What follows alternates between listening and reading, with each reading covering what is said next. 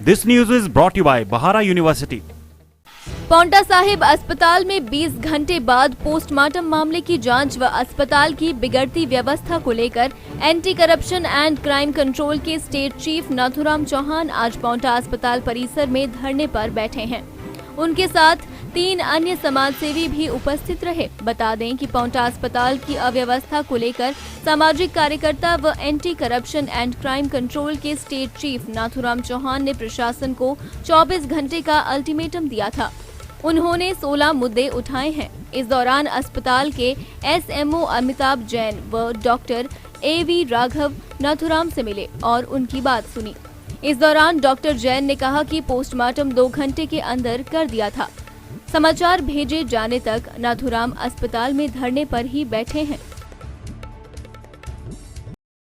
हम लोग ने पिछले शनिवार को शायद प्रेस वार्ता हुई थी और जैसे कि इतने को 24 घंटे का समय दिया था कि कुछ डिमांड हमारी थी, उस दिन प्रेस वार्ता में भी कहा और वही डिमांड लेकर हम आज फिर बैठे हैं क्योंकि कल संडे था तो कल पूरी इनसे नहीं हो पाई होगी और कल इन्होंने कहा कि नहीं बस आज हम लोग छुट्टी पे, हम यहाँ है नहीं, हम बाहर हैं। तो ठीक है कोई बात, सोमवार को तो होंगे, तो सोमवार को इसलिए हम आज यहाँ बैठे हुए हैं। बहुत सारी इनकी जैसे हमारी मांगे हैं, इमरजेंसी में जो भी यहाँ केस आते हैं, कहीं से भी बीमार आदमी उसको तुरंत ही रेफ़र कर देते हैं यहाँ से बिना उसको देखे भाले।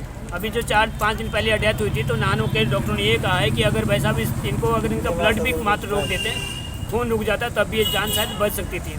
एक होता, दूसरा ये था यहाँ पोस्टमार्टम, जैसे कि अभी वो 4 दिन पहले जो जिनकी युवा की मौत हुई है उनका पोस्टमार्टम 20 घंटे बाद होता है। हमने जब पता कि डॉक्टर लोग बोलते नहीं हमारी गलती जिसकी मर्जी, पर आम आदमी हम लोग ये समझते हैं कि डॉक्टर की गलती क्यों, डॉक्टर ने पोस्टमार्टम नहीं किया तो डॉक्टर की गलती, और किसकी गलती बोल सकते हैं। डॉक्टर यहाँ पर जब रहते हैं तो 4-4 घंटे पर वो कमरे में रहते हैं, बंद कहाँ रहते हैं वो पता नहीं। हमारी ये भी डिमांड है कि ड्यूटी से 5 मिनट पहले डॉक्टर यहाँ पर आए और उसके बाद उसे ढूंढना ना पड़े कि डॉक्टर है कहाँ इमरजेंसी में, क्योंकि यहाँ हॉस्पिटल बड़ा है, पेशेंट यहाँ बहुत आते हैं, तो यहाँ पर 2 डॉक्टर रहने चाहिए इमरजेंसी में। एक डॉक्टर से काम चलने वाला नहीं है शायद। ये हमारी डिमांड थी। जब दूसरी डिमांड ये भी है कि स्वास्थ्य विभाग जब बार बार बड़े बड़े होर्डिंग पोस्टर लगाते हैं कि हम ये फलानी ये दवाइयाँ फ्री में देते हैं, तो यहाँ पर क्यों फ्री में नहीं मिलती? यहाँ तो सारी दवाइयों के लिए बाहर से लिखा जाता है कि ये दवाई अभी बाहर से आएगी, ये दवाई वहाँ से आएगी। तो वो सरकार की, या तो सरकार झूठ बोल रही है या फिर डॉक्टर लोग झूठ बोलते हैं, कोई ना कोई एक व्यक्ति तो झूठ बोल रहा है। यहाँ पर अगर आप आते हैं, आपको अगर ग्लव्स जैसे सामान्य चीज़ें चाहिए होती है, आपको इंजेक्शन के लिए सिरिंज चाहिए होता है, अगर वो भी चीज़ चाहिए होती है उसको लिए भी बाहर से लिख के देते हैं। तो बाहर से क्यों लाएंगे? बहुत छोटी चीज़ें, सामान्य चीज़ जो यहाँ पर उपलब्ध रहनी चाहिए, जो होनी चाहिए यहाँ पर।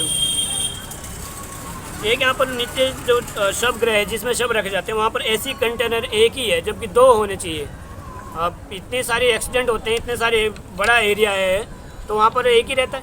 2 होने बहुत ज़रूरी है, क्योंकि एक लाश अगर पड़ी भी, अगर अभी जैसे पहले घटना घटी 20 घंटे अगर एक लाश उसमें पड़ी तो दूसरी लाश को कहाँ रखेंगे?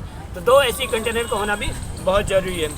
मरीजों को देखते हुए यहाँ पर 2 डॉक्टर भी होने चाहिए, इमरजेंसी में 2 डॉक्टर रहने चाहिए। ऐसे भी हमने डिमांड की कि एक डॉक्टर से काम चलने वाला है नहीं।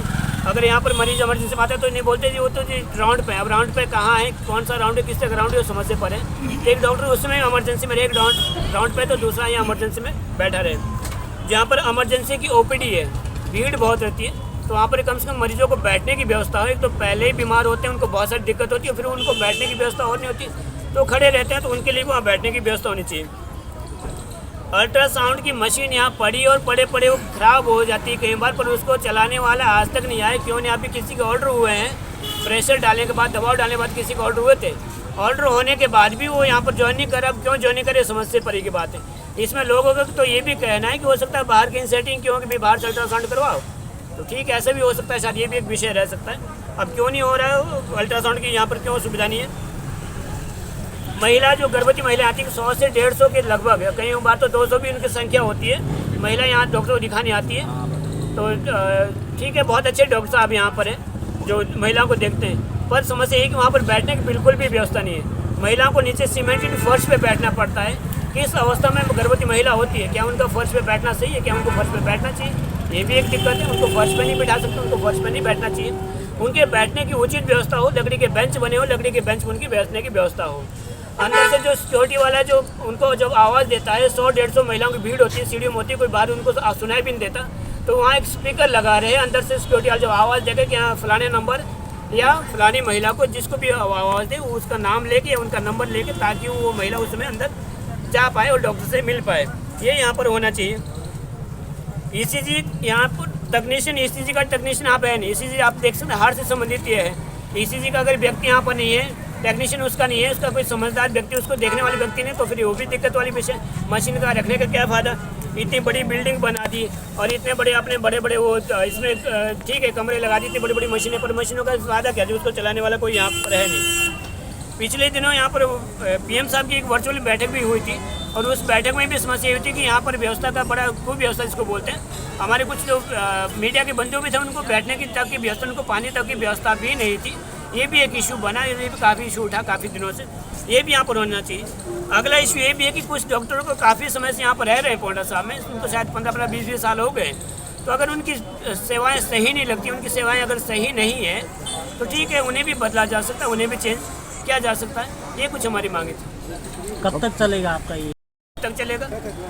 प्रशासन को शायद पहले भी इस बारे में सूचना की गई थी, मीडिया के माध्यम से उन तक सूचना पहुंची है। कुछ बात हुई आपकी स्वास्थ्य विभाग? हाँ, फोन पे बात हुई थी, डॉक्टर लोग मिलने भी आए। उन्होंने कहा कि भाई साहब कुछ चीज़ें हम लोग को कुछ उन्होंने पूरा किया है, कुछ अभी और करने के लिए हम लोग मीटिंग, शायद उनकी अपनी मीटिंग चल रही होगी कि किस स्तर पर वो कौन कौन सी चीज़ें कैसे कैसे पूरी कर सकते हैं। वो पता है उन्हें डिमांड, क्योंकि आप लोग मीडिया के माध्यम से पहले उन तक डिमांड पहुँच भी चुकी थी। तो उन्होंने कहा कि कुछ हम कर रहे हैं, कुछ की हम व्यवस्था भी कर रहे हैं। अगर ऐसा होता है और बाई चांस कि भाई दोबारा अगर वो इसके लिए कहते हैं कि हम इसके लिए तैयार हैं, हम ये सारी चीज़ें फुलफिल कर सकते हैं, तो ठीक है। मैंने कहा कि मैं अकेले में तो नहीं मिलूंगा, आप सब मीडिया के बंधु से मैं रहेंगे, आपके सामने रहेगी जो चीज़ें, ये डिमांड हमारी है, कुछ आप लोग भी बोलेंगे कि समाज के लोग क्या चाहते हैं, लोग और की क्या डिमांड है, वो सब आपके सामने संयुक्त प्रेस वार्ता दोबारा होगी, उसमें डॉक्टर लोग रहेंगे और मैं भी उसमें रहूँगा। शायद मीटिंग के बाद अगर वो सब चीज़ें इम्प्लीमेंट नहीं होती, फिर मीटिंग में इम्प्लीमेंट होती फिर तो हम लोग हमें फिर तो जिसको बोलते हैं ना अमरनेशन, फिर हमारे पास व्यवस्था है, वो भी व्यवस्था हमारे पास है। अगर उसके बाद इम्प्लीमेंट ये चीज़ें नहीं होती।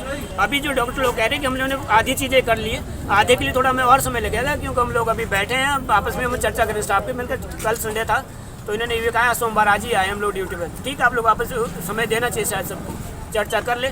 हमारी भी है कि सब मांगे पूरी, हमारा भी कहीं अड़ी स्वभाव हमारा नहीं है कि हम अड़े रहें, पर हमारे अगर लोगों की सुविधा अगर मिलती है तो ठीक है, सुविधा नहीं मिलती फिर तो हमें अगला स्टेप भी उठाना पड़ेगा। जो भी बात होगी संयुक्त रूप से आप सबको दोबारा बुला के संयुक्त रूप से प्रेस वार्ता कर दी जाएगी, सब तक वो मैसेज चला जाएगा। दिव्य हिमाचल टीवी के लिए पौंटा साहिब से धीरज चोपड़ा की रिपोर्ट। पहाड़ों की रानी शिमला की तलहटी में बसी बाहरा यूनिवर्सिटी वानका घाट सोलन गुणवत्ता युक्त शिक्षा के लिए प्रतिबद्ध है। पिछले 10 वर्षों से योग्य स्टाफ, शानदार कैंपस व बेहतरीन इंफ्रास्ट्रक्चर के माध्यम से यूनिवर्सिटी में पढ़ने वाले छात्रों को शिक्षा के लिए लाजवाब माहौल प्रदान किया जा रहा है। छात्रों की प्लेसमेंट को लेकर भी देश विदेश की नामी कंपनियों के साथ करार किया गया है। बाहरा यूनिवर्सिटी द्वारा 50 से अधिक कोर्स ऑफर किए जा रहे हैं, जिनके लिए एडमिशन ओपन है।